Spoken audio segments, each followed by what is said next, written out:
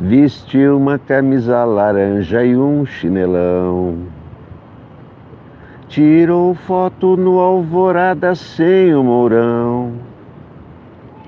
Mandou preparar a marmita com feijão e arroz e sorria quando o Flávio dizia: só falta o Queiroz, só falta o Queiroz. Vestiu camisa laranja e um chinelão. Tirou foto do Alvorada sem o Mourão. Mandou preparar a marmita com feijão e arroz e sorria quando o Flávio dizia: só falta o Queiroz, só falta o Queiroz. Depois apareceu o cheque para a primeira dama e uma nova rachadinha agravou o drama. Mandou preparar a marmita com feijão e arroz e sorria quando o povo dizia: cadê o Queiroz? Cadê o Queiroz? Vestiu uma camisa laranja e um chinelão. Tirou foto no Alvorada sem o Mourão. Mandou preparar a marmita com feijão e arroz e sorria quando o Flávio dizia: só falta o Queiroz, só falta o Queiroz. Depois apareceu o cheque para a primeira dama e uma nova rachadinha agravou o drama. Mandou preparar a marmita com feijão e arroz e sorria quando o povo dizia: cadê o Queiroz? Cadê o Queiroz? Bom dia! Bom dia, salve, salve, alô, salve, salve. Bem-vindos ao primeiro programa de hoje da TV Sou Nick. Estou falando ao vivo de São Paulo neste sábado, 26 de outubro, se não me engano. Muito atrasado hoje, desculpem o atraso. 26 de outubro, confirmado. Desculpem o atraso, costumo ler os jornais de manhã, mas hoje não deu. Bom dia, Zil Zembaldi. Estou aqui nas Perdizes e você aí lá, Gabor Gaspar. Bom dia, vamos chegando todos. Já estou aqui com a Folha de São Paulo, com o Globo. Eu tardo, mas não falho. José Lopes, bom dia. Queiroz criando emprego, então, 500 empregos o Queiroz oferecendo, tá vendo? Eloy Menezes, Leonardo, Rosânia Alves, bom dia a todos. Sábado de sol em São Paulo, todas as capas mostrando a manifestação de ontem no Chile. 1 milhão de pessoas na rua pedindo um novo governo, pedindo um novo Chile. O resumo é esse. Os chilenos foram para a rua pedir um novo Chile. Não é que foram para a rua, eles estão na rua. Eloy Menezes, bom dia. Leonardo, sim, esse parque fica em frente. Exatamente em frente à Padaria Real. Compre o e-book, aproveite. R$10 apenas. Quem gosta de história. Fernando Nascimento, hoje foi o primeiro. Marcos Schneider,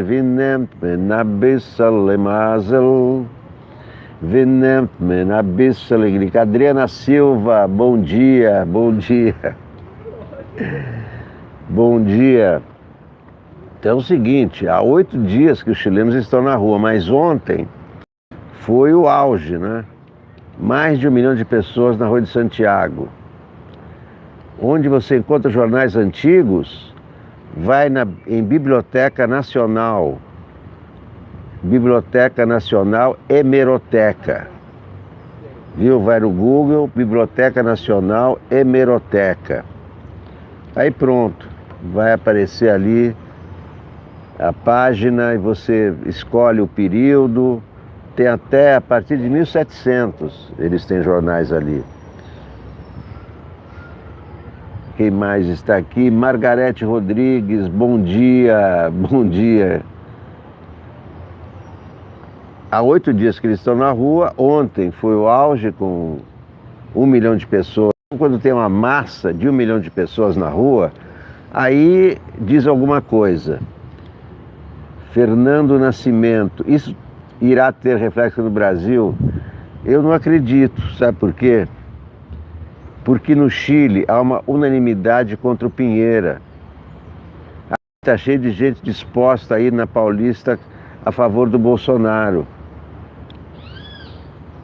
Marcelo Silva, estão dizendo que petróleo no mar e navio venezuelano. Podem dizer qualquer coisa, porque jamais vão descobrir. Como é que vão descobrir? Pelo petróleo? Pensa bem, qual é a pista que se tem? Tem um petróleo no mar, aí você vai perguntar para os navios: ei, vocês aí, navios, se vocês vazaram petróleo? Vão dizer não. Vão examinar se tem buraco nos navios? Petróleo é petróleo, não tem o petróleo venezuelano, é petróleo, acabou esse papo aí. Esse papo já tá qualquer coisa, você já está para lá de Marrakech. Qualquer coisa dentro doida, já qualquer coisa doida dentro mexe. Não se aveste não, baião de dois, deixe de mãe, deixar de manhã. Não tem mais esse papo de onde é o petróleo. Quem botou fogo na Amazônia? Quem faz as queimadas? Alguém vai responder? Quem fez as queimadas? Quem faz as queimadas? Quem jogou o petróleo? Ninguém jogou, vazou de algum lugar, é claro, mas vão descobrir como, me fala. O petróleo tem um DNA, dizem que de um navio pirata que viaja contra... dizem, é isso que eu estou falando, isso aí vira boato, dizem, tá bom, quem diz? O teu vizinho, o padeiro, o Mourão, a Joyce Hasselman, o Eduardo Bolsonaro, o Steve Bannon, quem diz? Dizem também que foi uma fissura em um poço da Chevron, que continua vazando. Tá bom, quem diz? Quem é você que não sabe o que diz? Meu Deus do céu, que palpite infeliz. Salve Estácio, Salgueiro, Mangueira, Oswaldo Cruz e Matriz, que sempre souberam muito bem que a vila não quer abafar ninguém, só quer mostrar que faz samba também. A vila é um lugar independente que tira samba, mas não quer tirar patente. Eu já falei você pra vir, você não vem porque não quer. Ai meu Deus, que palpite infeliz, pam pam pam. Então é o seguinte, isso é boato, tudo é boato. Não dá para provar de onde veio o petróleo, e nem adianta mais provar, tem que limpar esse petróleo. Vazou em setembro, nós já estamos em novembro, tem que limpar o petróleo, fica procurando quem jogou o petróleo. Vamos ficar anos procurando quem jogou o petróleo. Bom, meus caros, Folha de São Paulo. Folha de São Paulo, tem um retrato aqui de alguém que eu conheço, o Bandido da Luz Vermelha, cartaz publicado na Folha em 7 de agosto de 67. Por que será que está aqui? Em livro, jornalista reconta a história do folclórico Bandido da Luz Vermelha. Está aqui na Folha. Demétrio Magnoli, da Revolução à Revolta.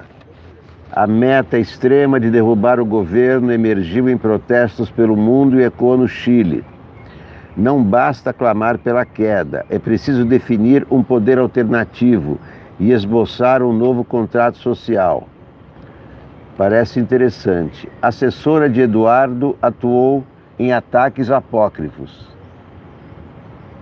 Uma assessora do deputado federal Eduardo Bolsonaro participou de uma central de fabricação de dossiês e memes, montagens com foto e texto apócrifos, criada em São Paulo para atacar adversários.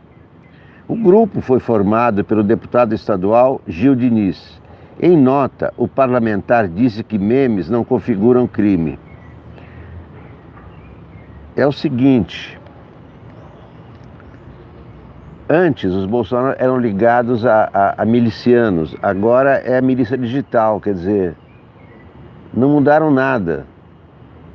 Estão todos envolvidos com milícia digital. Os Bolsonaro. Aqui tem mais um Bolsonaro. Um Bolsonaro incomoda muita gente. 2 Bolsonaros incomodam muito mais. 2 Bolsonaros incomodam. 3 Bolsonaros incomodam muita gente. 4 Bolsonaros incomodam muito mais. Natália Brito, salve, salve o Rio de Janeiro.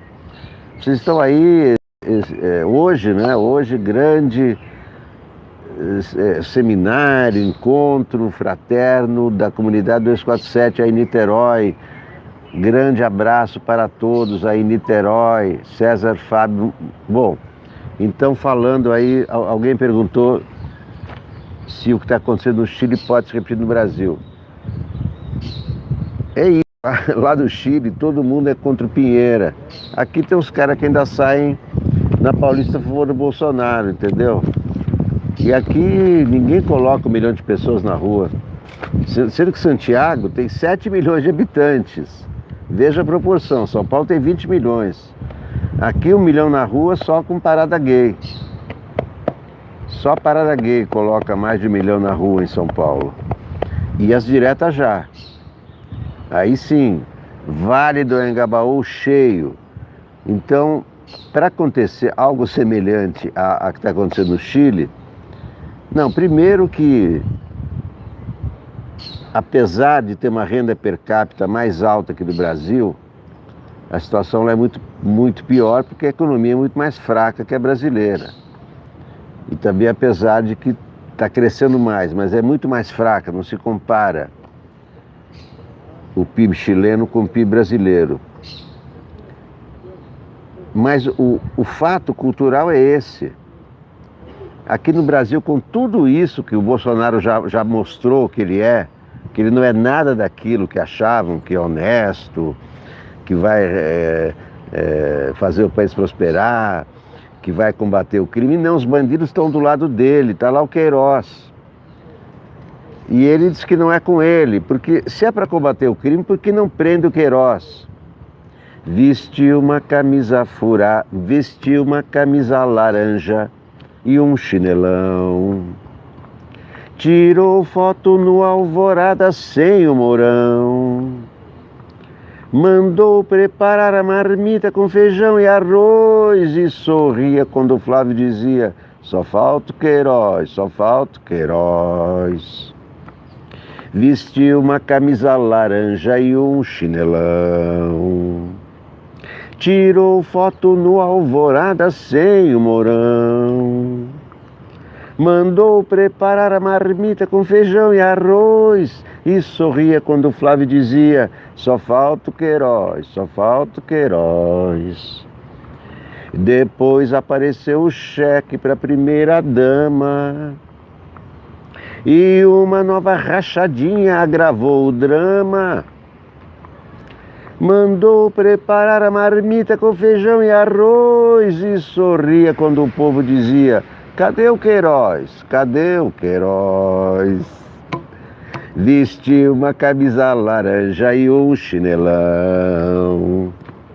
Tirou foto no Alvorada sem o Mourão. Mandou preparar a marmita com feijão e arroz e sorria quando o Flávio dizia: só falta o Queiroz, só falta o Queiroz. Depois apareceu um cheque para a primeira dama. E uma nova rachadinha agravou o drama. Mandou preparar a marmita com feijão e arroz e sorria quando o povo dizia: cadê o Queiroz? Cadê o Queiroz? Cláudio Cans, vem cá, para de andar e vem aqui conversar, vai. Alô. Chega de andar, que isso não leva a nada. Como estão todos aí? Vocês acham que ficam magros andando, não ficam. Ficam só cansados e suando. Essa é minha professora. Sim. Pois não. Professora Fabiana. Muito prazer. Continue o seu programa. Olha, eu acho que você vai ganhar mais se você sentar aqui e conversar. Porque Eu vou essa emagrecer barriga mais. você não vai perder. Não, não vai perder.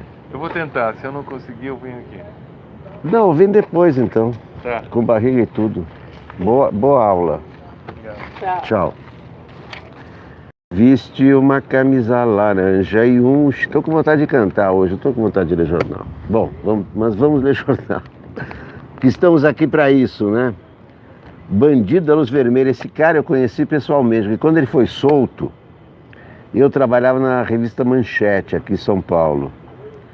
E não sei por que cargas d'água, eu combinei com o advogado dele que ele ia dar uma exclusiva para Manchete, né? Manchete é aquela coisa, né? Furo da Manchete. Quando saísse da prisão, e realmente dito e feito. Quando ele saiu da prisão, logo veio, eu trouxe o Bandido da Luz Vermelha lá para Manchete, a sede aqui em São Paulo, no bairro do Limão, com todos aqueles móveis. O Bloch caprichava na sede da Manchete. Ali todos os móveis eram fabricados pela própria Bloch, tudo móveis com madeira nobre e tal. E tava lá o Bandido da Luz Vermelha, ele sentava em cima daquelas mesas de jacarandá e servimos lá um lauto jantar, ele deu uma grande entrevista exclusiva. Daí depois fui levar o Bandido da Luz Vermelha para dormir num hotel. E os hotéis não aceitavam o cara. Com Moisés Wertmann, Marco Schneider. Não era o Moisés Wertmann. Quem cuidava da administração era o Marcos Führer, teu xará. Marcos Führer. E o Salomão Schwarzman era o diretor. Bem, então, eu estava dizendo. Daí levei o Bandido da Luz Vermelha para hospedar num hotel. Os hotéis não aceitavam. Puta, esse é o Bandido da Luz Vermelha. Mas ele está solto, já cumpriu a pena. Não, ninguém aceitava. Até que eu tive que levar o Bandido da Luz Vermelha para o Hotel Otton, ali na Praça do Patriarca, porque ali a Manchete tinha reservas de vários quartos e só ali aceitaram hospedar o Bandido da Luz Vermelha. E aí eu hospedei o Bandido da Luz Vermelha e disse para ele, olha, amanhã às 11 horas eu passo aqui e tal, pra gente almoçar, não sei o que, etc. Cheguei às 11 horas do dia seguinte, ele tinha fugido do hotel. E depois foi assassinado, né? Logo depois, acho que um mês depois de ser solto, se meteu em encrenca. Então é o seguinte, o cara já tinha um estigma. Bandido da Luz Vermelha. Então, o cara que matasse o Bandido da Luz Vermelha também ficaria famoso.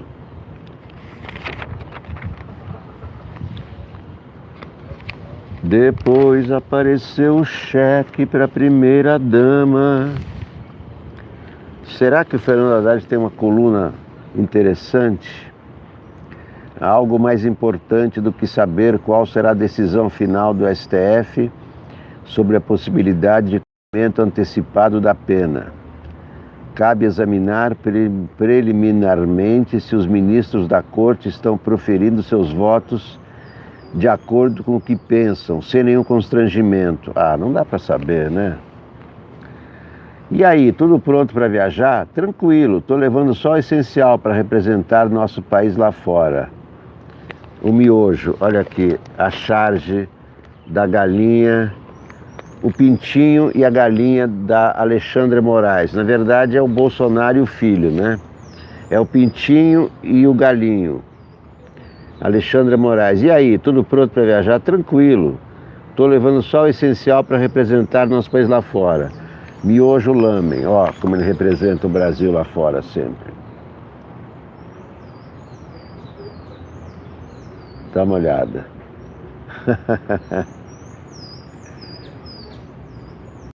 O essencial é levar o miojo.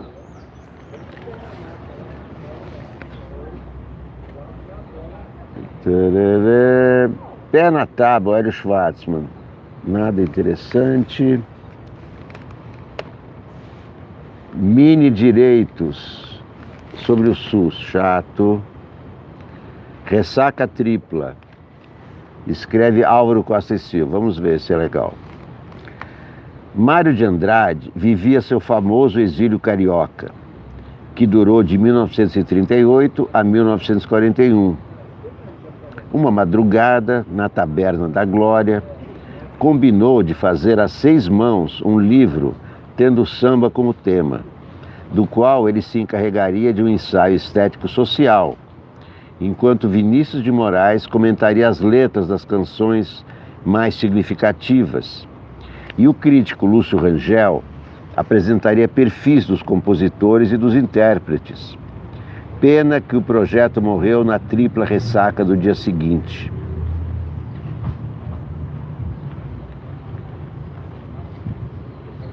Tantana, pronto, só isso de interessante nessa coluna. Vamos ver o Demetrio Magnoli. O que os sociólogos pensam acerca do Chile. Mas o Chile tem o seguinte, de dia são essas manifestações como a de ontem, e à noite tem toque de recolher. Aí os carabineiros estão na rua e barbarizam, eles matam, assim, quem tiver... Não é que eles matam todo mundo que está na rua, não é bem assim. Mas eu vi uma cena terrível, que é um carabineiro dando um tiro a queima-roupa num estudante com a mochila. Assim, a 3 metros, estudante desarmado, é claro, nenhuma atitude agressiva, sei lá por quê, talvez xingando, alguma coisa assim. E o carabineiro atirou a queima-roupa, matou. Mas o carabineiro está sendo julgado, só que o cara morreu, né? Os carabineiros mataram uma criança de 4 anos que estava junto com o pai num piquete lá, com barricada. Quer dizer, são pessoas, claro, que desafiam o toque de recolher. E isso, cara, então à noite é um terror, né, em Santiago. De dia é essa coisa maravilhosa, bandeiras dos times, 1 milhão de pessoas na rua. Bom, antes do Demetrio Magnoli, coluna painel da Daniela Lima, apresentadora do Roda Viva. Muito bem. Em guerra com o grupo de Jair Bolsonaro, a ala do PSL, que é ligada ao presidente da sigla, Luciano Bivar, quer usar a CPI, vou chamar de CPI, porque CPMI ninguém entende. A CPI, que apura a disseminação de fake news nas redes, para quebrar o sigilo de perfis que protagonizam ofensas na internet. Deputados que fazem oposição ao núcleo bolsonarista estão levantando os emissários de ataques incisivos. A ideia é que a deputada Joyce Hasselmann, ex-líder do governo, solicite providências para identificar de onde partiram os disparos. Do Palácio do Planalto. Essa resposta é muito fácil. Os disparos partem do Palácio do Planalto, partem do senhor Jair Bolsonaro. Ele é o emissário, ele é o dono, ele é o cabeça das fake news. Como foi durante a campanha toda. Só o TSE não viu. O fake passou na janela, o fake passou na janela e só o TS não viu a propina. Com ares profundos, guarda amor, morador de todo esse mundo. O tempo passou na janela e só o TSE não viu. No PSL, os defensores da CPI para expor a rede bolsonarista na internet esperam contar com o apoio da oposição na empreitada. Em diversas entrevistas, Joyce criticou a milícia virtual, que apoia o presidente, que seria ligada a 3 dos filhos dele, Carlos, Eduardo e Flávio. Um Bolsonaro atrapalha muita gente, 2 Bolsonaros incomodam muito mais. 3 Bolsonaros incomodam muita gente. 4 Bolsonaros incomodam muito mais.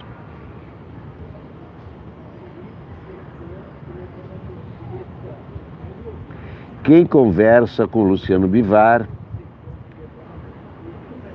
diz que ele vê a expulsão de boa parte da bancada bolsonarista como o caminho mais curto para acabar com a crise. O dirigente fala abertamente que prefere Bolsonaro e seu grupo mais chegado fora da sigla. Ô Daniela, tá difícil, né? Você não escreve direto. Ele prefere Bolsonaro. Prefere Bolsonaro, parece que ele quer o Bolsonaro, né? Não, ele prefere Bolsonaro fora da sigla. Fora Bolsonaro. Alalaô, mas que calor. Passamos perto do Palácio da Alvorada. Jair e Bebiano tomavam laranjada. Alalaô, mas que calor. Nós somos do PSL, o partido do Bivar, Bivar, Bivar, Bivar, meu bom Bivar, da laranja pra ioiô, da laranja pra iaiá. Bivar, meu bom Bivar, alalaô, que escandalô. Imagina, o Bivar está gritando fora Bolsonaro. Atenção, chargistas, atenção, Chico Caruso. Ó, Bivar, fora Bolsonaro, fora Bolsonaro, fora Bolsonaro. O cara que elegeu o Bolsonaro, depois de 10 meses, está gritando fora Bolsonaro, fora Bolsonaro. O que? Vocês querem falar da capa da Veja? Ai, meu Deus do céu. Essa capa... Olha, eu comprei ontem, nem fiz o programa sobre a Veja, porque é tão ridícula essa capa. Não precisa comprar, eu vou contar tudo para vocês. A capa diz assim: passado explosivo. Aí tem uma dinamite com a cara do Lula, uma dinamite com a cara do Marcos Valério, uma dinamite com a cara do Celso Daniel. Aí a chamada, em novo depoimento, Marcos Valério diz que o Lula é o mandante do assassinato do Celso Daniel. Imagina, o Lula virou Dom Corleone.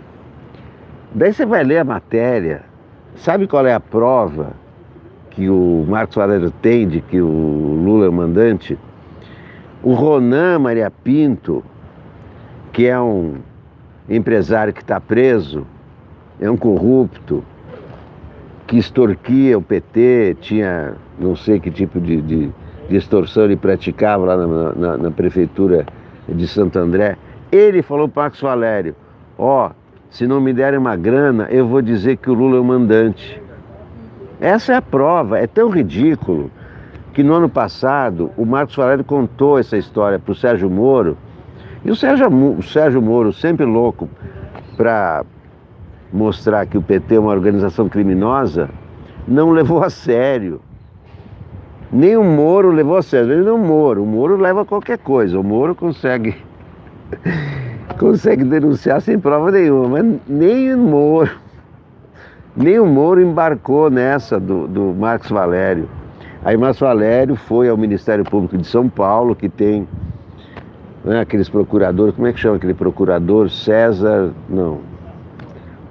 Um que queria também denunciar o Lula. Aí o GAECO vai investigar. Imagina investigar um crime de 2002, há 17 anos, que foi investigadíssimo pela polícia de São Paulo, que não é petista. Então foi uma investigação totalmente isenta, não tem nada de PT envolvido. Aí vem o Marcos Valério, que está condenado a 50 anos de prisão, que está em regime semiaberto, tentando, sei lá, diminuir um pouco a pena dele do semiaberto, vem com essa história e a Veja embarca. É o novo boi mate, é um estelionato jornalístico. Se quiserem comprar, comprem, só para comprovar o que eu estou contando. Mas não precisa comprar, é isso mesmo. Eles colocam as dinamites lá. Se imaginem o Lula, porque a história que ele conta é assim, que o Celso Daniel financiava as caravanas do Lula. Aí parou de financiar, né? Tudo muito estranho. Primeiro financiar, depois parar de financiar. E aí, em represália, o Lula manda matar o Celso Daniel. Quer dizer, é uma história que só na cabeça desse Marcos Valério, que ficou muitos anos preso, né? Em regime fechado, deve ter perturbado a cabeça dele. E tem outra. Esse Ronan, que segundo o Marcos Valério, que contou sobre o mandante, já desmentiu. E segunda coisa, se o Ronan soubesse ou tivesse certeza que Lula era o mandante, por que ele próprio não delatou? Delatava o Lula como mandante do crime e estaria solto, não é? Então, essa capa é totalmente furada, é mais um boi mate. Quem comprar a revista vai se sentir enganado, mas a revista está aí nas bancas, né? Então, Luciano Bivar está gritando fora Bolsonaro. Daqui a pouco vai gritar, Bolsonaro, papapá, Bolsonaro. O Luciano Bivar gritando fora Bolsonaro. Atenção, chargistas. Eu fazia charge junto com o Paulo Caruso, mas aí ele não quis mais fazer, porque ele dizia assim, você fica um minuto pensando, eu fico o dia desenhando e a gente divide a grana. Então ele não gostava disso. Assessora de Eduardo Bolsonaro, olha Eduardo Bolsonaro, veja, mandando coraçãozinho. Vocês já viram coisa mais escrota do que mandar coraçãozinho? Coisa mais deprimente. Olha aqui. Coisa mais cafajeste. Olha, isso é coisa de cafajeste. É muito parecido com um beijo no teu coração. Quando eu ouço alguém dizer um beijo no teu coração, eu já não gosto. Assessor de Eduardo Bolsonaro atuou em central de ataques apócrifos em São Paulo. Uma assessora do deputado federal Eduardo Bolsonaro, por que será? Será que foi porque ela queria ou porque o chefe mandou? Então tem que investigar o Eduardo Bolsonaro nessa CPI das fake news, com os coraçõezinhos dele. O grupo foi formado pelo deputado estadual Gil Diniz, o carteiro reaça, de acordo com conversas de WhatsApp obtidas pela Folha. O parlamentar é considerado o braço direito da família Bolsonaro em São Paulo. O tal que já foi denunciado por assessor porque ele também queria a grana do assessor. É ligado à família Bolsonaro, é milícia, é rachadinha, coraçãozinho, laranjal. É o combo. É o combo do clã Bolsonaro. Rachadinha, laranjal, coraçãozinho, milícia digital e milícia de verdade. São os 5 setores em que atua o clã Bolsonaro. As mensagens dessa assessora, do Eduardo Bolsonaro, foram trocadas no período que antecedeu a eleição para a mesa diretora da Assembleia, realizada em 15 de março deste ano, data em que o parlamentar já diplomado tomou posse. Os deputados Cauê Macris e Janaína Pascoal, correligionária de Diniz, concorreram na eleição para a presidência da Assembleia. E quem ganhou foi o Cauê Macris. Nas conversas em um grupo chamado Gabinete Gil Diniz, o deputado orienta e discute a confecção das peças apócrifas, com ataques adversários, sobretudo Macris. Um dos integrantes é Sonaira Fernandes de Santana, que à época dos diálogos era funcionária de Eduardo Bolsonaro na Câmara dos Deputados. Recebeu R$ 7.849, quer dizer, ela, claro, da Câmara Federal. Sonaira trabalha pelo menos desde 2015 com os Bolsonaros, então está no esquema da rachadinha. Em fevereiro daquele ano, foi nomeada para o gabinete de Eduardo na Câmara dos Deputados. Quer dizer, ele sempre tem aqueles funcionários, né? Ele tem um estoque, né, digamos assim, de funcionários. Aí vão pondo aqui, são famílias que já sabem qual é o esquema. 3 anos depois, então vejam só a Sonaira. Interessante isso, hein? Então, em fevereiro de 2015, a Sonaira foi nomeada para o gabinete de Eduardo na Câmara dos Deputados. 3 anos depois, em abril de 2018, mudou para o gabinete de Jair Bolsonaro, então pré-candidato a presidente. No dia vamos pulando de Bolsonaro em Bolsonaro. No dia 1º de janeiro deste ano, 2019, voltou a trabalhar para Eduardo, ficando no cargo até março, quando, após a eleição para a presidência da Assembleia, passou a assessorar Gil Diniz. Ah, entendi. Olha, o esquema da rachadinha é estadual e federal. E não é só Rio de Janeiro, é São Paulo também. Esse Gil Diniz faz parte do grupo da rachadinha. E a Sonaira foi do Eduardo, funcionária do Eduardo, funcionária do Jair e agora funcionária do Gil Diniz. Tudo esquema Bolsonaro, esquema rachadinha. Interessante, né? Nas redes sociais, e ela, além de rachadinha, ela faz fake news, trabalha no departamento de fake news dos Bolsonaro. Nas redes sociais, que barulhinho chato é esse? Ah, parou, puxa vida, estava demais isso. Nas redes sociais, Sonaira exibe fotos ao lado do presidente e de Eduardo. Conta também que esteve no casamento do 3º filho do presidente. Casamento do 03. Foi simplesmente emocionante. Os votos de felicidade foram entregues pessoalmente. Ao ser questionado pela Folha sobre o uso de servidores públicos nas montagens, Diniz havia dito que os fatos relatados ocorreram em fevereiro, quando os envolvidos nas conversas não tinham sido ainda nomeados para cargo. As ações, portanto, foram feitas de maneira voluntária.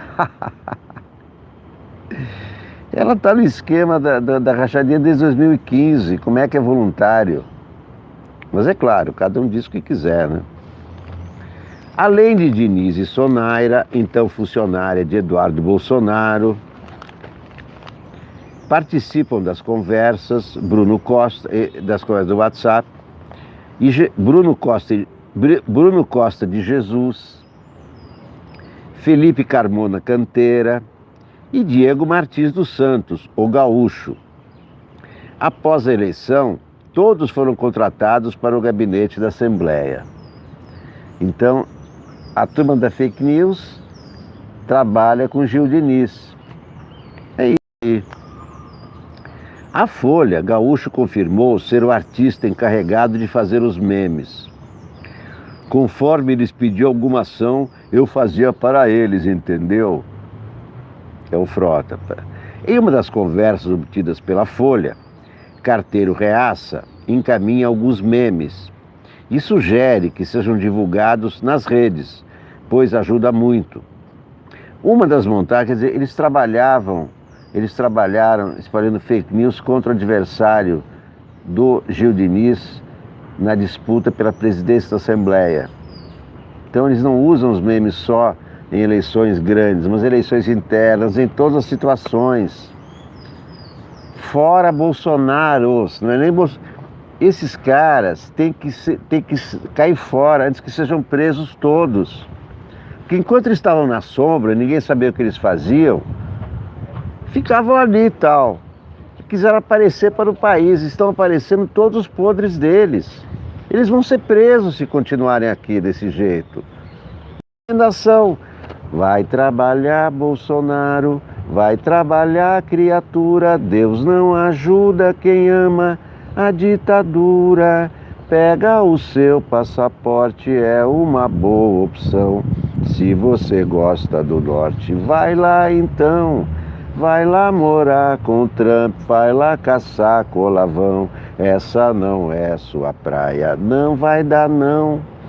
Vai pro Japão, Afeganistão, volta mais não. Bom, continuando aqui a rachadinha de São Paulo. Então, os funcionários do gabinete do Gil Diniz espalhando fake news sobre o Cauê Macris. Uma das montagens traz o tucano Macris amarrado por Fred Jones, personagem do desenho animado Scooby-Doo. Fred, com cara de reprovação, segura a prova do crime, uma bandeira do PT, sendo que o Cauê Macris é tucano, filho do Vanderlei Macris, que é tucano, que votou pelo impeachment da Dilma. Quer dizer, esse cara não tem nada de petista e a fake news botou a bandeira, colocou a pecha, entre aspas, do PT no Cauê Macris. Bruno Costa de Jesus, que semanas depois passaria a ser o secretário especial do gabinete, responde: ótimo, vamos viralizar. Sonaira Fernandes de Santana, assessora de Eduardo, responde: legal. Numa ocasião, Carmona sugere ao deputado a realização de 2 versões de um meme com a temática: você conhece Cauê Macris? Sonaira afirma na sequência: vou te ligar de um telefone final 8068. Quer dizer, eles sabiam que estão fazendo coisa errada. Então tentavam esconder. Eu não estava fazendo uma coisa legal, uma coisa legal. Olha, olha, o final é esse, sou eu, tá legal? Em outro momento, o assessor Bruno Jesus diz para o deputado: tem uns memes que são bem pesados. Ótimo para mostrar as tramóias de modo que o povo entenda.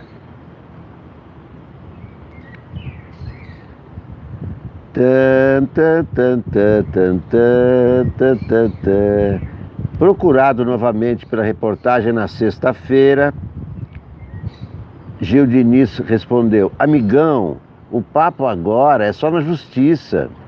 Você vai ter de provar na justiça essa central de dossiê. Bom trabalho. O cara ameaça o jornalista. Bom, então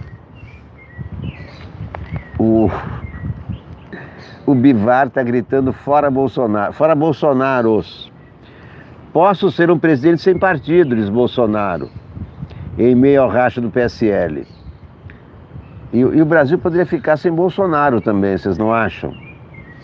Podemos ser um país sem Bolsonaro.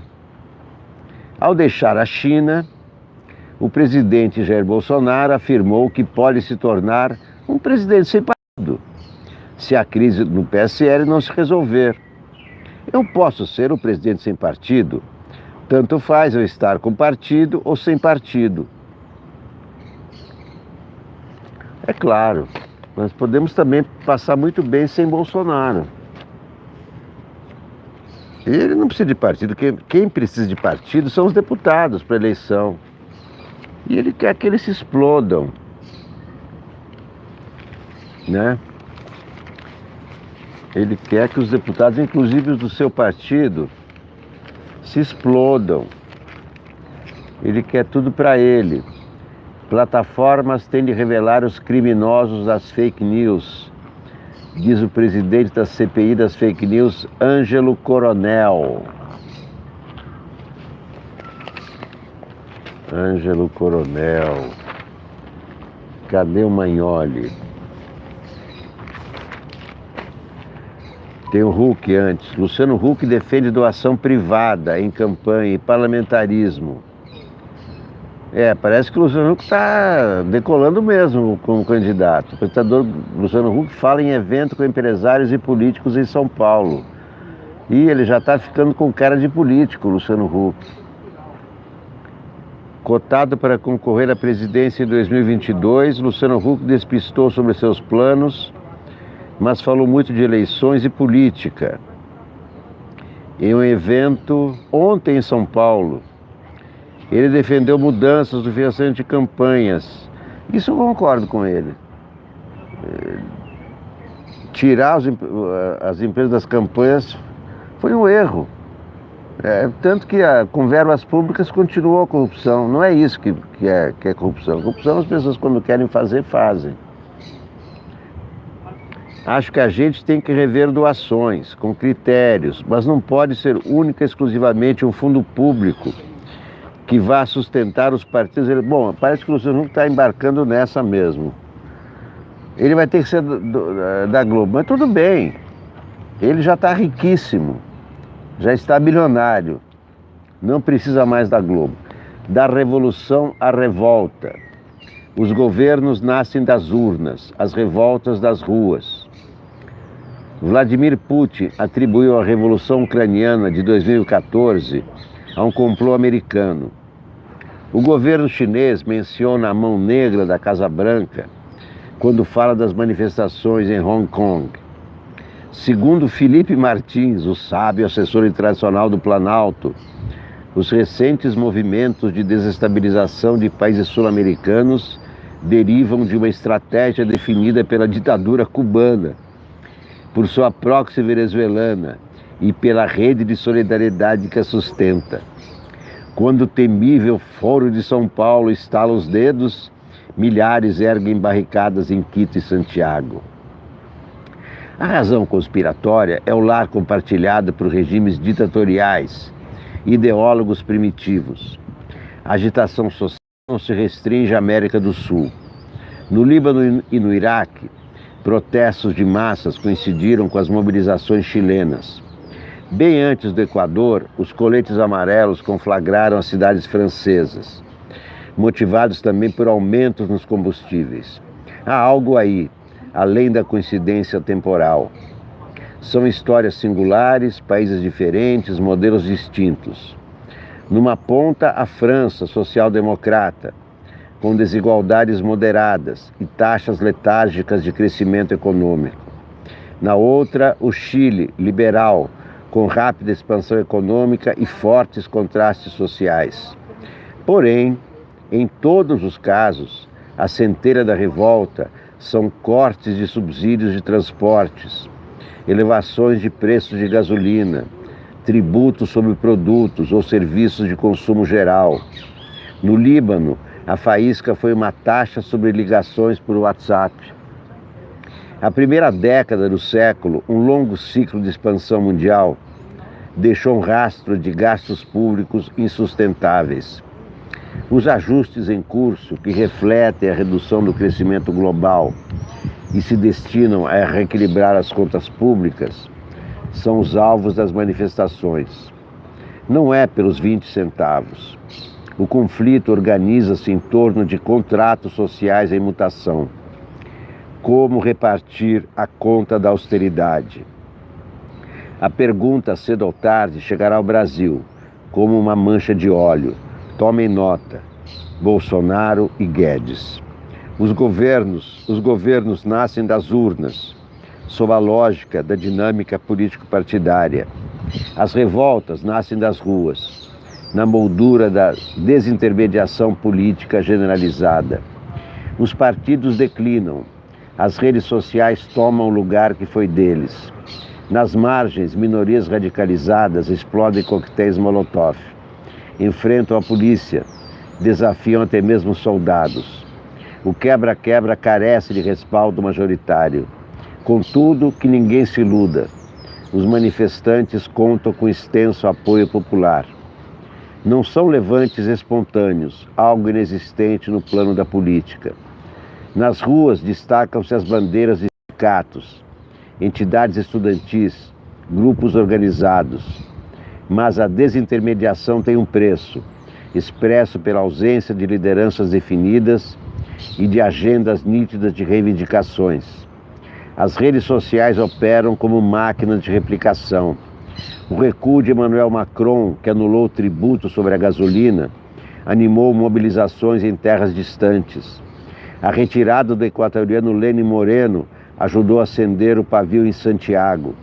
No fim, sitiado, o chileno Sebastián Piñera desistiu do discurso da guerra, ofereceu desculpas ao povo e improvisou um pacote social. Sem um Pinochet ou um Xi Jinping, o programa ultraliberal converte-se em utopia, uma ideia fora do tempo. Derrubar o governo, a meta extrema emergiu em todos os lugares logo depois da conquista inicial. Os coletes amarelos pedem nada menos que a renúncia de Macron. A mesma exigência surgiu no Equador e nesses dias ecoa no Chile. A Revolução, venerável senhora, o maior dos mitos modernos, levantou-se da cadeira de balanço.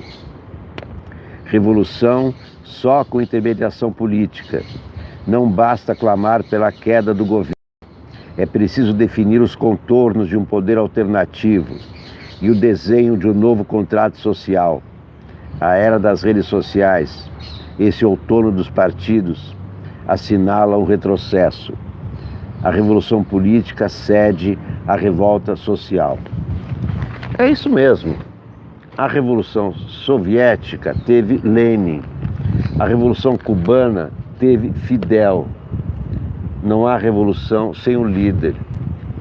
E esse fenômeno que está acontecendo no Chile não tem um líder.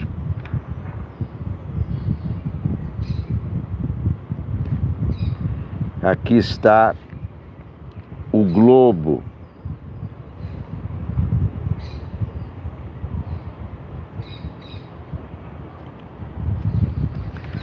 Ziraldo completou 87 anos e aqui está a charge do Chico. Ziraldo, 87 anos, meu Deus do céu. Grande Ziraldo, parabéns Ziraldo, parabéns a você nessa data querida. Muitas felicidades, muitos anos de vida. Ziraldo, 87, meu Deus do céu, quanto tempo, hein? Vivíssimo, com seu colete. Só não viu quem não quis, escreve Joaquim Falcão no Globo. Vou mudar um pouco de assunto, né, para o STF. Toffoli. Todos querem saber em quem o Toffoli vai votar, na Constituição ou no Sérgio Moro, na Lava Jato ou na Constituição. O ministro Toffoli abriu com atraso a sessão de quarta-feira. O ministro Marco Aurélio reclamou. Em Marco Aurélio, reclamação ou ironia não são grátis. É sempre flecha disparada. E o país esperando. O ministro Toffoli passou então a receber homenagens, discursos, autolouvações, com certeza devidas, por estar fazendo 10 anos de vida no Supremo em Brasília. Nunca vi em lugar nenhum do mundo se interromper uma sessão do Supremo para celebrar esse tipo de bodas. Também nunca vi, achei um horror. Não se distinguir o que importa e o que não importa para o país. Isto não é matéria de pauta do Supremo. Talvez um e-mail, um abraço bastasse. Custaria menos aos cofres públicos. E o país esperando.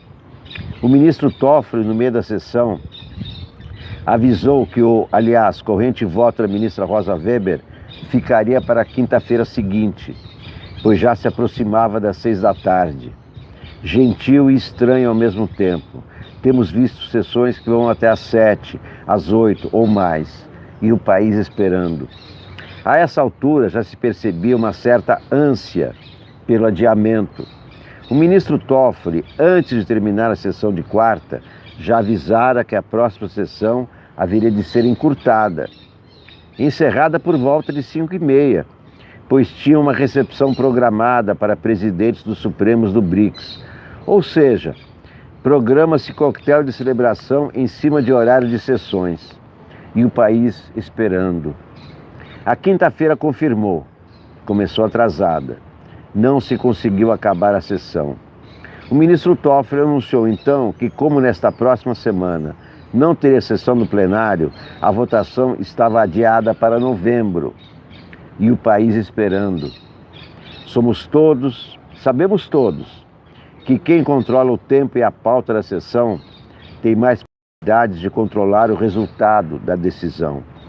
Desde o início, os movimentos do ministro Toffoli, como presidente da sessão, foram para avisar que ia adiar a decisão. De tempos em tempos, ele dizia que os ministros podiam se alongar nos votos. Estímulo? Por que esse adiamento dispensável? Negociações ainda não terminadas? Acomodações geológicas? Paralelamente desta feita, não houve discussões, deselegâncias. Ministros, usualmente vociferantes, ficaram ineditamente quietos. Mas é que o Gilmar Mendes ainda não votou. Evidentemente, não estamos falando de protocolos, rituais ou diplomacias judiciais. Estamos falando de algo mais grave e nem sempre perceptível. Estamos falando de direitos dos cidadãos, do devido processo legal. O Supremo tem regras decisórias claras, permanentes e cumpríveis. A presidência deve fazê-las respeitar. Não por uma questão estética ou ética comportamental, mas porque é seu dever.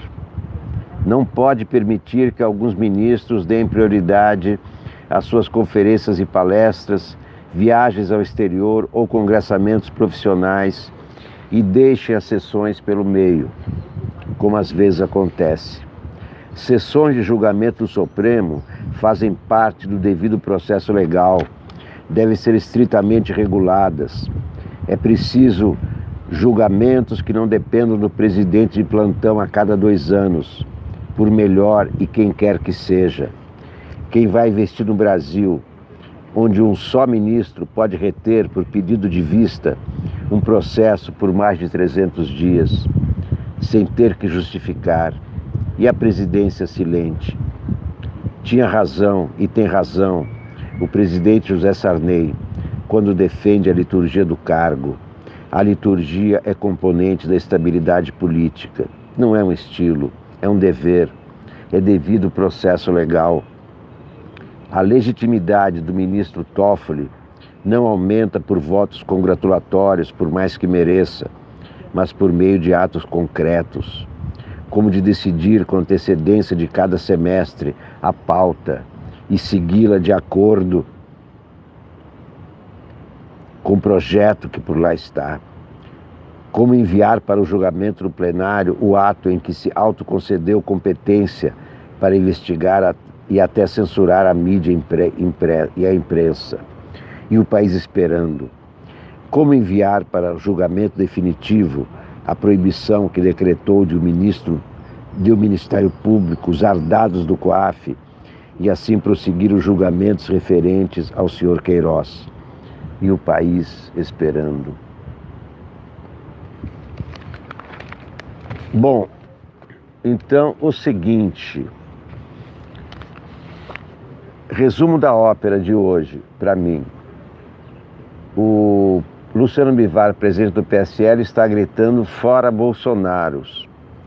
E o Bolsonaro, ao dizer que não precisa de partido, e de fato um presidente não precisa de partido, está agindo como Getúlio Vargas em 1937.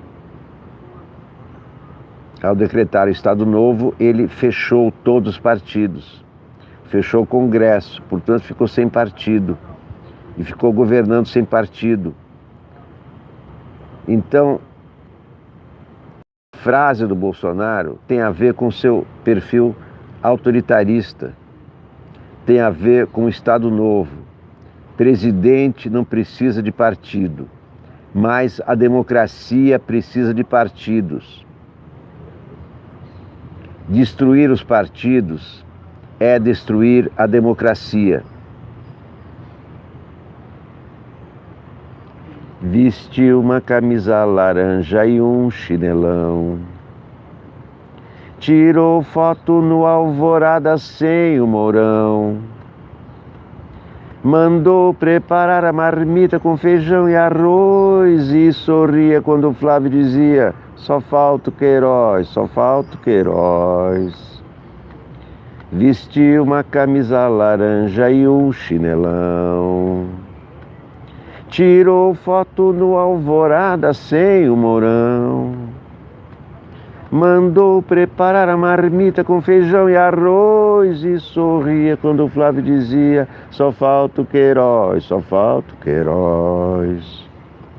Depois apareceu um cheque para a primeira-dama e uma nova rachadinha complicou o drama. Mandou preparar a marmita com feijão e arroz e sorria quando o povo dizia: cadê o Queiroz? Cadê o Queiroz? Cadê o Queiroz? Cadê o Queiroz? Cadê o Queiroz?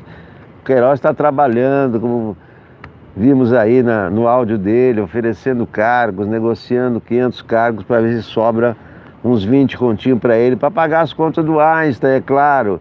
Meus queridos amigos, muito obrigado a todos por assistirem, por colaborarem com a TV Sounic no Catarse, no Superchat. Compre A Última Batalha de Napoleão. Eu volto logo mais à tarde, se for possível. Muito obrigado a todos. Até a próxima.